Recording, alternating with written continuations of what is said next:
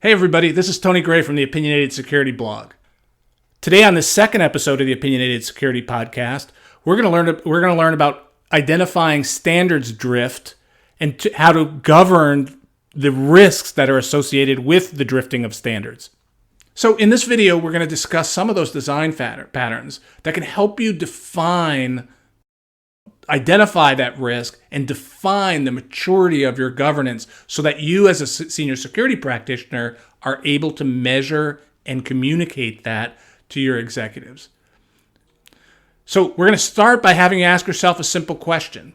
How quickly can your organization determine when controls have drifted out of policy or out of an acceptable range of your standards? And also, how mature are you in being able to make that determination in an efficient way? Today, we're going to look at 7 design patterns that you can use to help you govern security controls. They can guide you through that governance process. And we're going to use those design patterns to ensure that controls don't drift, and also to understand how we can measure those across our entire controls landscape. If the drift of security controls isn't something that you're interested in, this is probably not the video for you. But if it is, then please hit the subscribe button and click ring the bell so that we can ensure that others that are interested in this can get a chance to see the video in their feeds as well. So what do we mean by standards drift? Standards drift is the difference between your published standards or policies and the actual configurations within your systems, your applications, and your network. In practice, drift is a good way to capture risk because there's a risk in that delta. That risk can be, depending on the control, that risk can be pretty significant. For instance, if your multi-factor authentication controls are not according to your policies, or it can be slight. What's important to understand is that drift is normal. You know, the Greek philosopher Heracles said you can never put your hand in the same river twice. And your network is exactly the same way. You're always going to have you're always going to have new users, new systems, new applications. You're going to have changes to all of those. And as part of that standards drift, or it's part of that is always going to be a drift in standards, or at least an attempt to do so, a flow towards that drift. That's actually completely normal. So we actually have to plan for that in order to make sure that our network doesn't end up in a state that we don't expect. So as security practitioners, we can't pretend that drift doesn't happen. In many cases, we'll see finger wagging or, we have a policy against that. So in essence, it's not going to happen. And that's simply not true. And I don't believe that to be helpful. The more mature your controls governance is, the less drift you're going to see within your systems, and you'll understand why when we start looking at the design patterns. And the faster you'll actually be able to detect that drift. All of us have been in positions where, we had an incident or there was an audit in place and, hey, wasn't that control in place? Or, I thought that control was working better than it was. That drift could be the result, of some unintentional process failure, lack of training, a lack of budget, or it could be malicious. So it's important to be able to detect any issues that you have with the state of your controls and identify them as quickly as possible. So what are design patterns? According to Wikipedia, in software engineering, a software design pattern is a general, reusable solution to a commonly occurring problem within a given context. It's not a finished design that can be transformed directly into source or machine code. Rather, it's a description or template for how to solve a problem that can be used in many different situations. As security practitioners, we should think of design patterns as formalized practices that we can use to mature the governance of an application or system.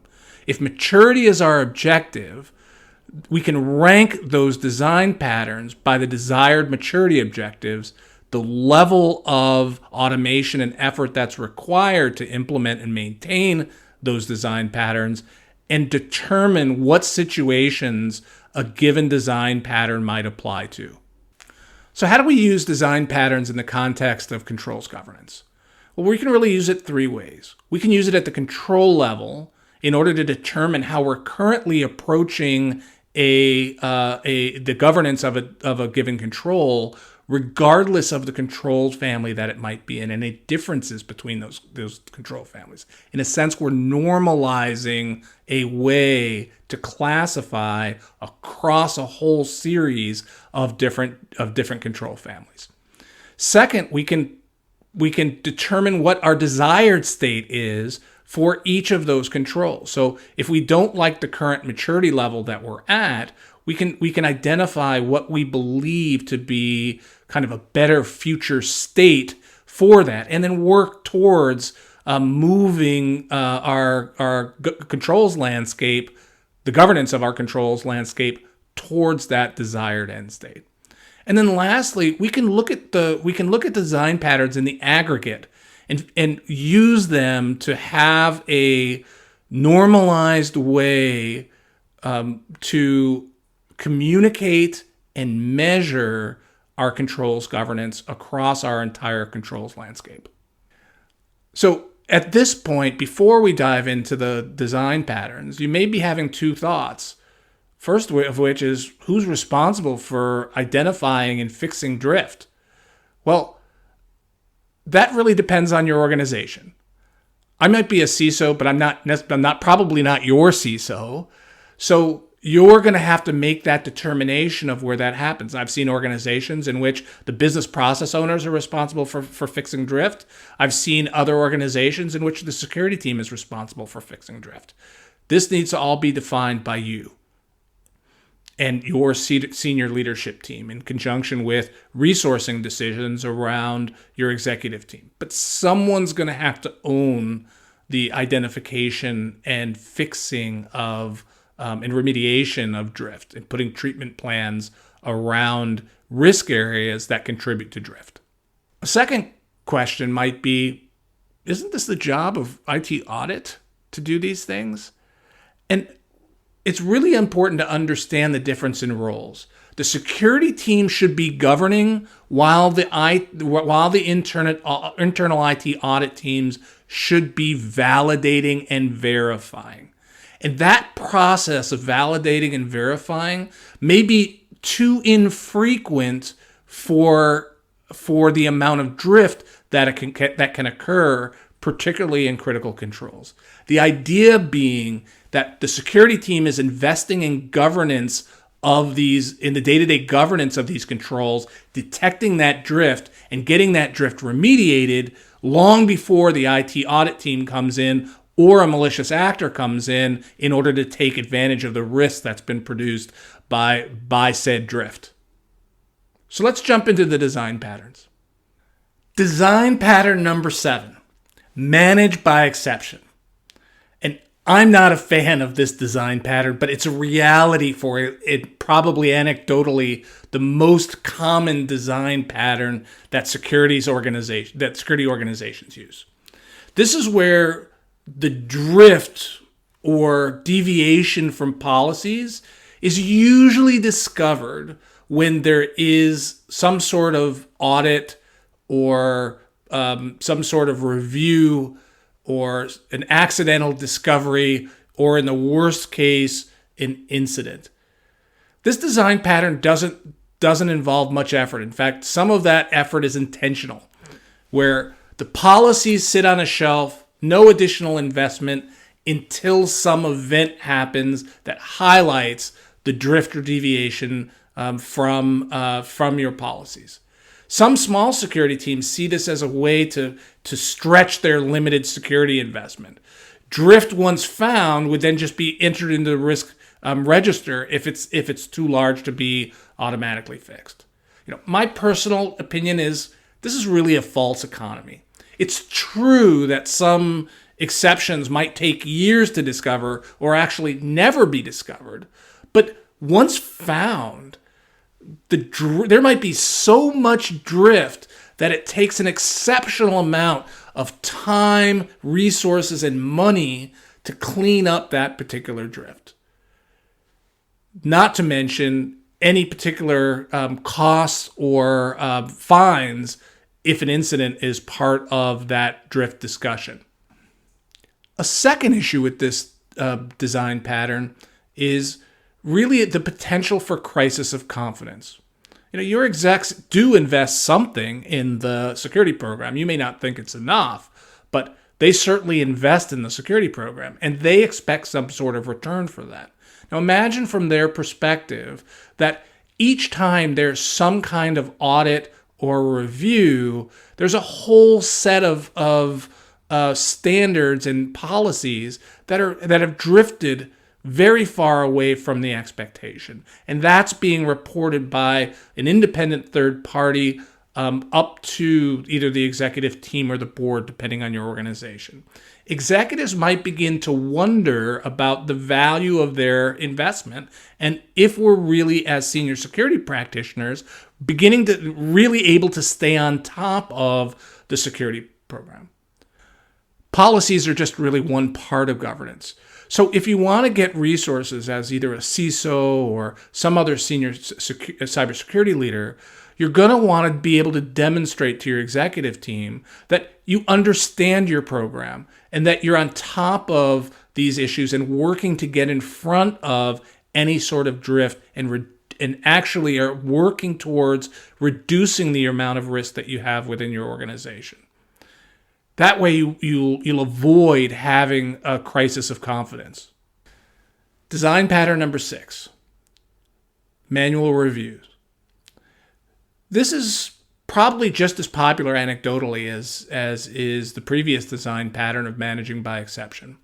Manual reviews are having to determine if a system or application is out of standard or has drifted from standards by manually accessing the system and looking at the state and configuration of its settings.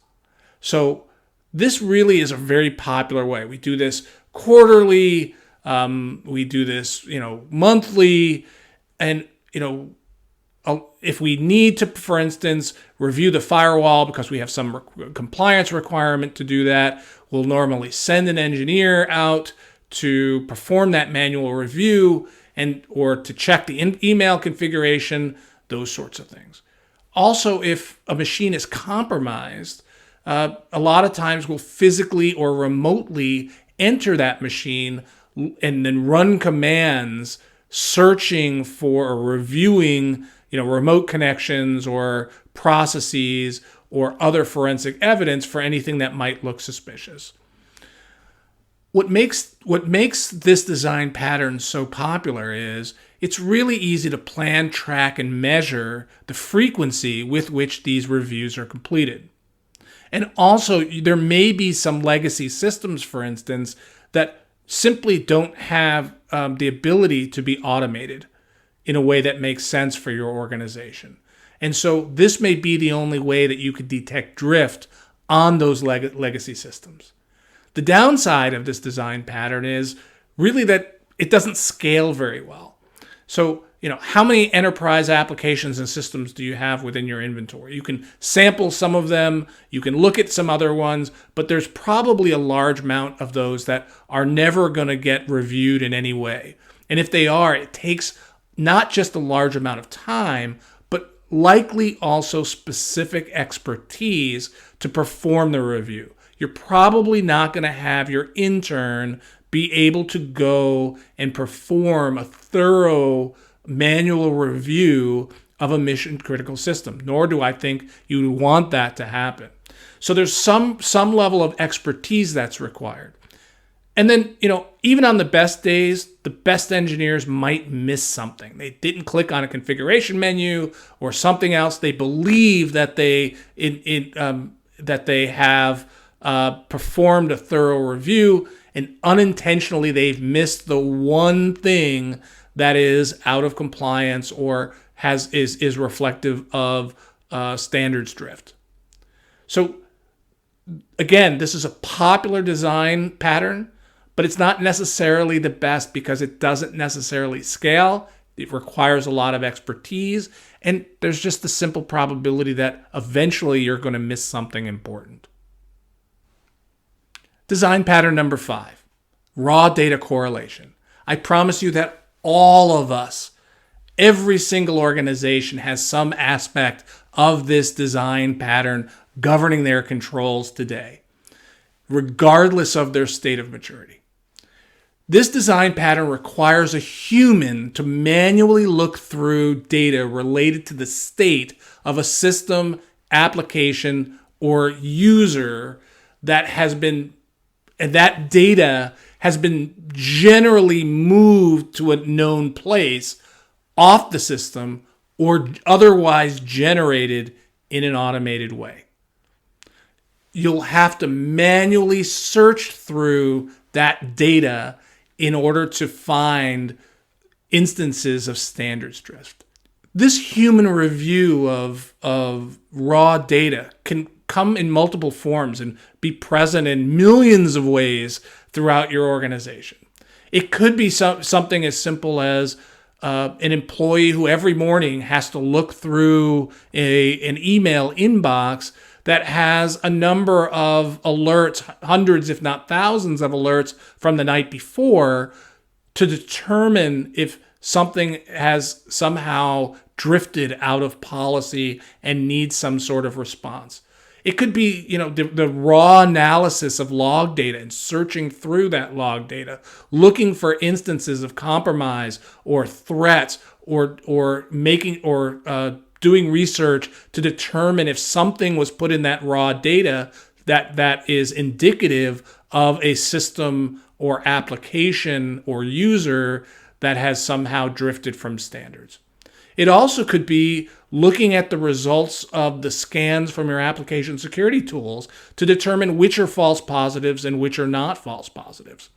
It also could be looking through forensic data or using a tool like OS Query to make manual searches about the states of your systems and applications, especially across multiple systems. The downside of this design pattern is even if the data is generated in an automated way, you're still using a manual process in order to make the determination of whether or not things are within standard or not. This requires a large amount of effort, and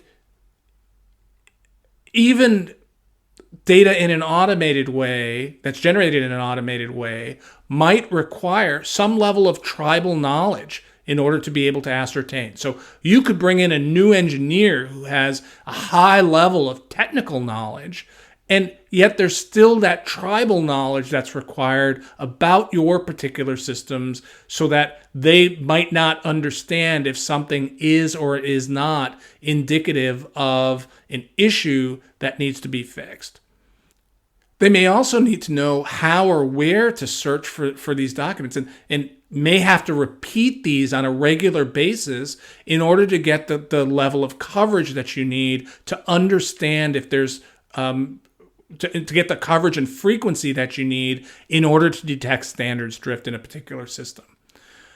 And then the amount of information seems to be ever growing, especially as we do partial automations throughout our infrastructure. So as I mentioned, all of us have this, and we've all seen incidents in which the root cause was reported in some way and exists in some large pool of data, but either that data was not reviewed, it was missed, or it was otherwise ignored. The bad actors take advantage of the downsides of this particular design principle. So, just a side tip, try to if this is a requirement that you have, try to outsource as much of this as you can so that what comes back to you is actually the process data without your team having to spend a large amount of time doing that raw data correlation. Design pattern number 4, compiled analysis. This is what you traditionally think about when you think about, metrics and KPIs and KRIs. They can be structured in a way that can help you actually identify when there are issues with standards drift in your organization. And the inputs from this can range from fully automated to fully manual. I'd also include dashboards in this particular design pattern. If our metrics are answering the right questions, you can quickly be pointed to potential areas where your controls are broken, non-existent, or you've experienced significant standards drift. For instance, in my particular organization, we calculate and track our patching risk score. And our patching risk score answers a set of key questions for us that tells us if there are issues with controls or issues with our process. So the types of questions that our metrics answer, for instance, is our patching frequency correct? If it's not correct, you're going to see a steady rise of that particular patching risk score despite the best efforts of our patching teams. Where is the majority of our patching risk? And have we prioritized the right set of patches? Are there new patches out that carry an extremely high amount of risk, and a number of machines within our infrastructure remain unpatched? And is our patching tool working as expected?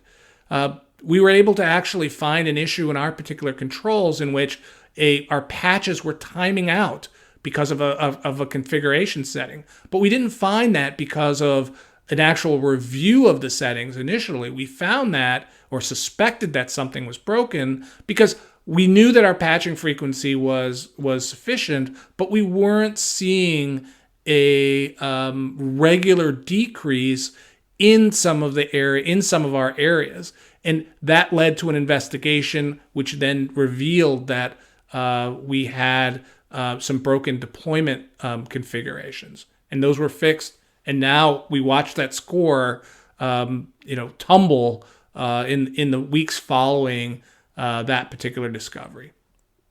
They also answer the questions for us if we see significant new machines. So, all else being equal, our score should rise and fall on a fairly predictable rate. But if new machines are introduced all of a sudden, now we may see a rise that we otherwise can't explain in our patching risk score metrics.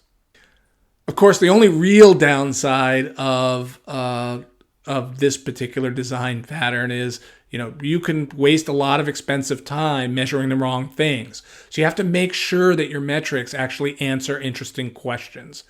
And then make sure that those questions are focused on, are the right controls in place? Are they working as expected? And are we seeing the expected behavior from these particular controls, or as the output of these particular controls? The other issue is simply that sometimes some business processes or other things can only be measured manually. So rather than taking 20 minutes in an automated way to generate these dashboards, you may have to do stubby pencil these things in order to figure out what the outcome is, and be able to generate the metrics that are of interest. Design pattern number 3, automated detection. These are really automated reviews or monitoring of systems that look for drift with, high fidelity tuned alerts, so that you don't have to spend a lot of manual time determining if something is within policy or outside of policy, or if there's drift in a particular system. You can think of these as, the most common ways to look at these are, SIM tools and internal automation that can help a team scale and also cover a variety of systems with single people. It also removes some of the expertise that's required by building that expert knowledge into the automation itself. You may be wondering what the difference is between this particular design pattern and the raw data correlation design pattern. The different, ingesting data into an automated system doesn't always create an output of high fidelity alerts.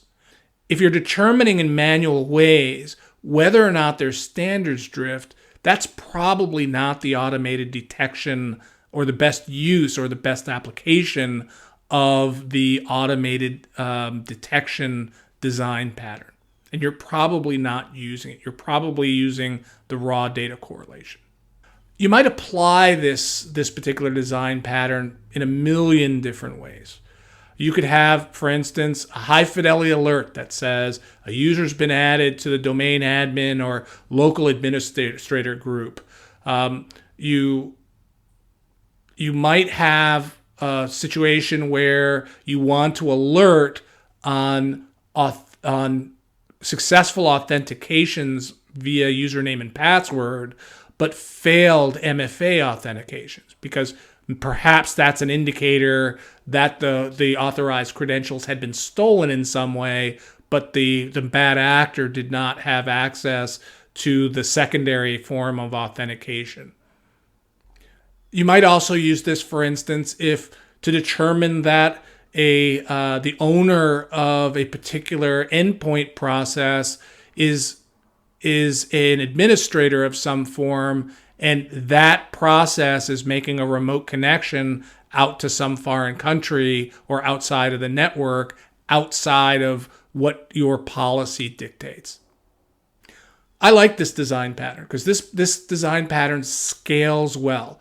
There's still the issue with having to remediate in a manual way, but you do get 24/7 coverage, or potentially 24/7 coverage with this particular design pattern, if you have ongoing automation that can be supported.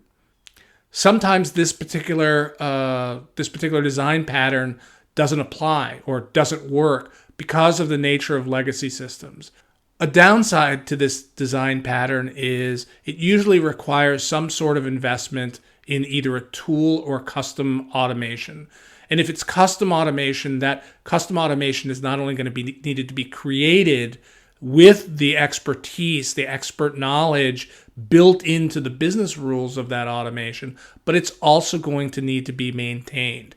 And automation that's not maintained gets more and more ineffective over time.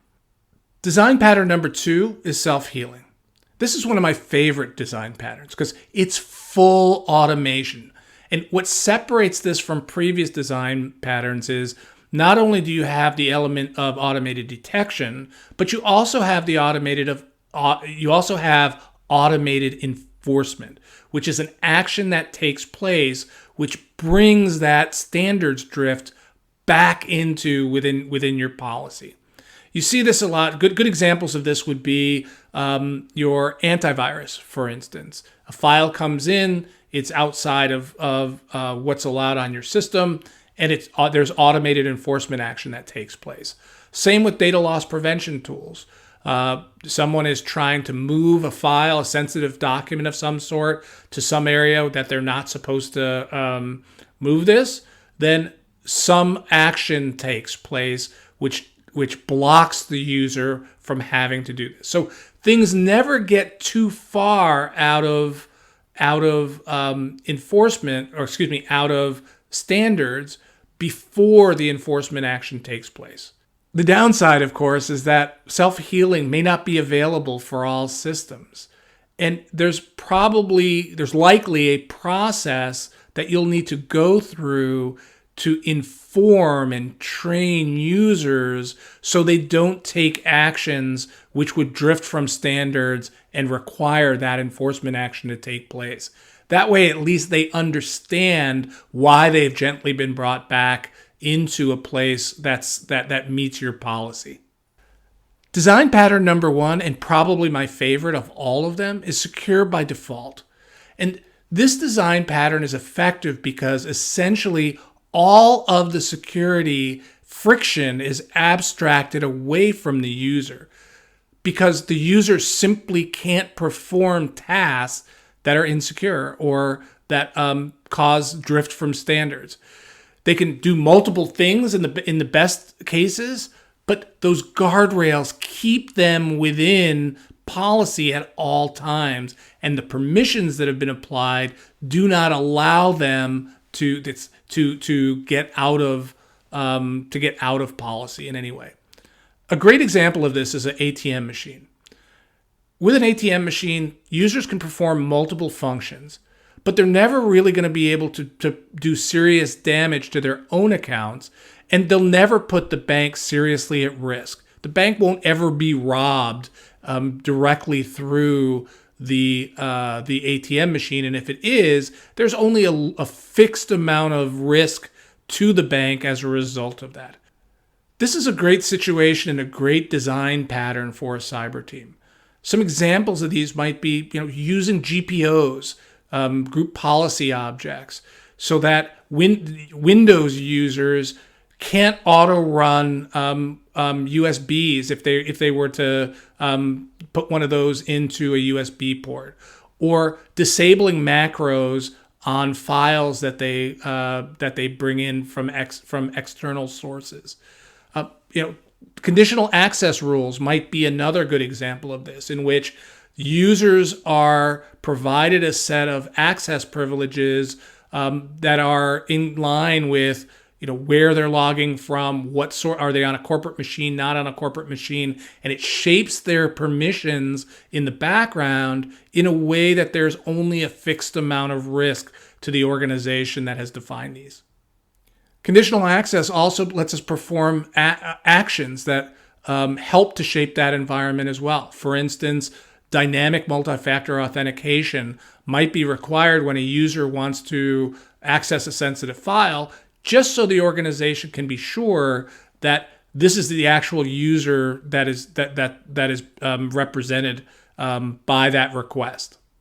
This design pattern works really well in cloud or virtualized environments, but it's somewhat difficult to put into other environments. So it takes a great deal of planning to be successful at spinning up secure by design environments, and we need to work with the business units so that we understand all of their needs, such that when a user is in such an environment, they actually can do all of the things that they need to do, but can't do anything that puts the organization beyond a known fixed amount of low risk.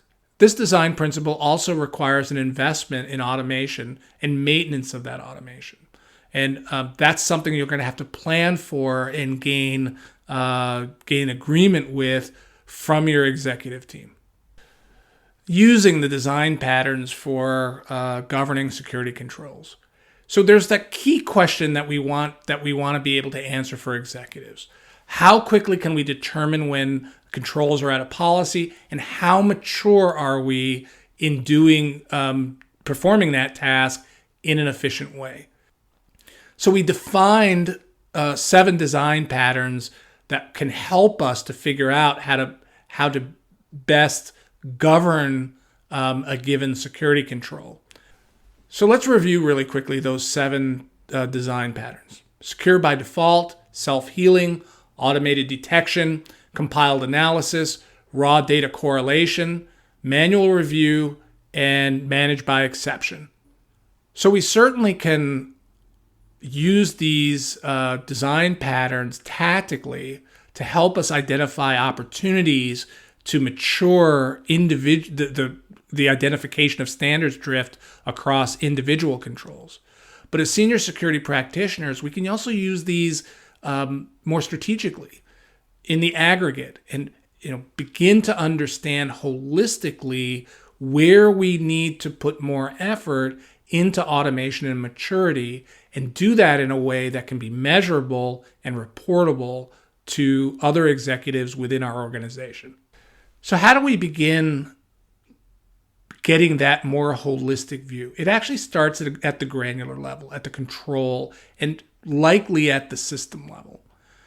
We have to look at each control, classify our current design pattern, and then understand if there's anything at the system level that limits further maturity. For instance, legacy systems simply can't adopt certain design patterns.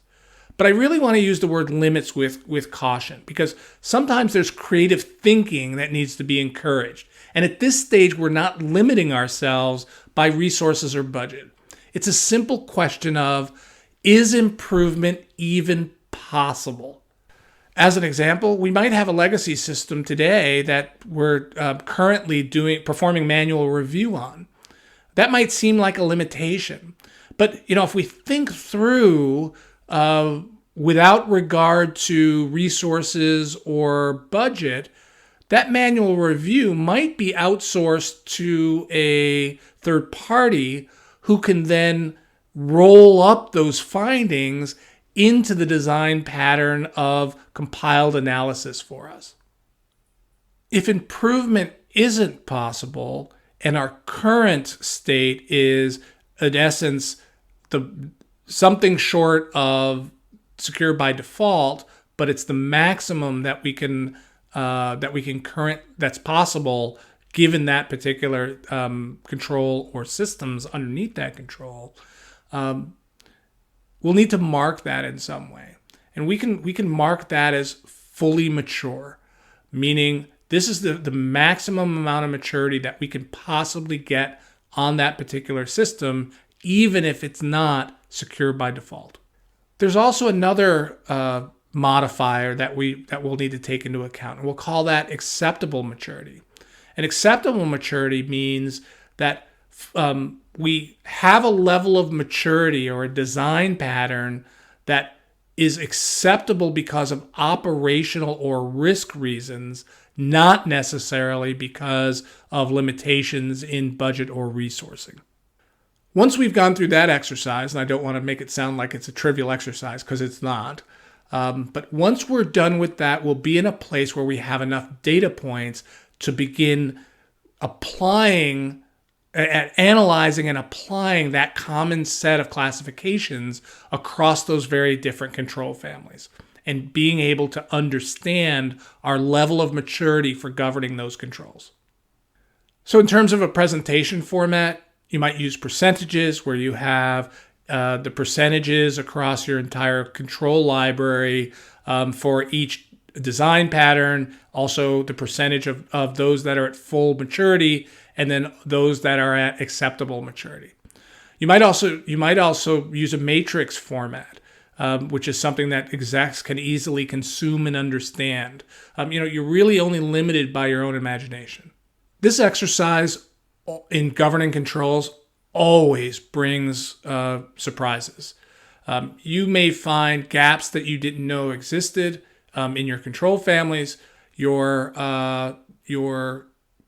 governance process might be far more manual than what you expected, or you might be using the design pattern for managing by exception for far more controls than what you expected. To me, it's metaphorically like cleaning behind your refrigerator for the first time. It's almost always a mess, and there's a lot of attention that you need. And so be prepared for these types of surprises as you go through these exercises. But it's a good kind of surprise in a way. It presents a lot of opportunities for conversations with the executive team around what is needed, what is not needed as we move forward. So once you have this holistic current view of your controls, you're going to want to apply that old adage of knowing where you are, knowing where you want to be, and then figuring out how you're going to get there. So what is the ideal for, you've got a current state, now you're going to want to establish goals and outcomes so that you can get to your ideal state, ideal future state over time. And you can begin to think about, this is where you'll begin to think about budget and headcount and other resources that you'll need in order to successfully do this. And they'll all end up in a work plan. And that work plan, might have outcomes that are quarterly for the next year. And so that you'll know that by the end of the next year, you'll look like this, whatever this is, from a holistic controls governance standpoint and at this level of maturity, whatever this might mean. Hopefully this video has helped you as a senior security practitioner to understand that there are design patterns that you can apply to help you to detect drift in your standards, and also leverage those design patterns to provide a common language and measurement so that you can have discussions with your executive team around controls governance. You can follow me in a variety of places. On YouTube, you can follow me by subscribing and ringing the bell. On Twitter, search for Opinionated Security and follow me there. Or on the Medium blog platform, where I publish articles on a regular basis that help senior security practitioners to understand their program and have conversations with their executives around various topics. Thank you.